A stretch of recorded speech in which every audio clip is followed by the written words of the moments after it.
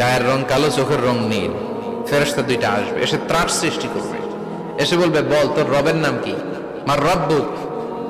ইসলাম বিরোধী মুশরিক, কাফের, নাস্তিক এরা বলবে, আমি জানি না আমার রবকে। ফেরেশতারা বলবে, তাই? এই ছিল তোর ডিউটি? দাঁড়া, এখনই আমাদের খেলা শুরু, এখনই শুরু।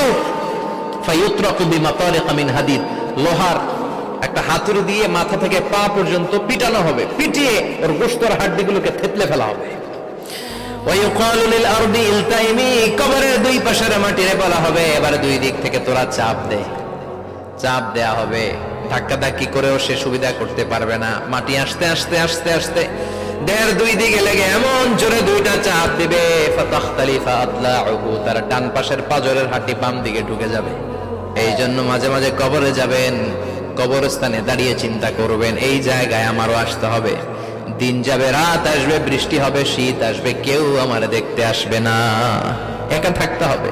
ইসলাম বিরোধীদের জন্য প্রশ্ন তিনটা, আপনারা যারা মুমিন তাদের জন্য চারটা, আপনাদের জন্য একটা বেশি। আলহামদুলিল্লাহ কোন? কবরে এসে প্রথম প্রশ্ন করবে, মুনকার নাকির যখন চলে আসবে, 40 কদম যখন আত্মীয় স্বজনরা লাশটাকে কবরের মধ্যে দিয়ে 40 কদম চলে যায়, তখনই ফেরেশতা চলে আসে। আহা, শেষ, সব শেষ। এসেই পরীক্ষা শুরু। মার রব্বুক, তোর রবের নাম কি? চিল্লায় বলেন, আমাদের রবের নাম কি? আমরা বলবো, রব্বি আল্লাহ, আল্লাহ আমারে রব।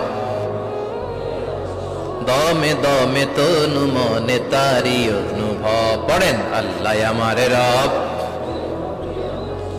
তোমার দুনিয়াতে আমি যেদিকে তাকাই, অথই নিয়ামতে ডুবে আছি সবাই। পাখপাখালির গানে শুনি তাসবিহ কল রব, তাসবিহ কল রব, আল্লাহ আমারে রব। প্রথম প্রশ্ন, তোমার রব কে? আমরা বলবো, আমাদের রব আল্লাহ। দ্বিতীয় প্রশ্ন, ওমা দীনু, তোমার ধর্মের নাম কি? আমরা কি বলবো? তৃতীয় প্রশ্ন, বিশ্বনবীর চেহারা দেখিয়ে বলা হবে, আতারিফু হাযার রাজুল, এই লোকটারে চিনো নাকি? আমরা বলবো, চিনি, আমাদের প্রাণের নবী, ঠিক কি না? চাঁদের চেয়ে সুন্দর তুমি নবী আমার কামলিহি ওয়ালা, দু জাহানের বাদশা তুমি প্যারা নবী সাল্লে আলা, চাঁদের চেয়ে সুন্দর তুমি নবী আমার কামলিহি ওয়ালা, ঠিক কি না? তিনটা প্রশ্নের যথাযথ উত্তর যখন দিয়ে দিলেন, আপনার জন্য অতিরিক্ত আরেকটা প্রশ্ন করা হবে।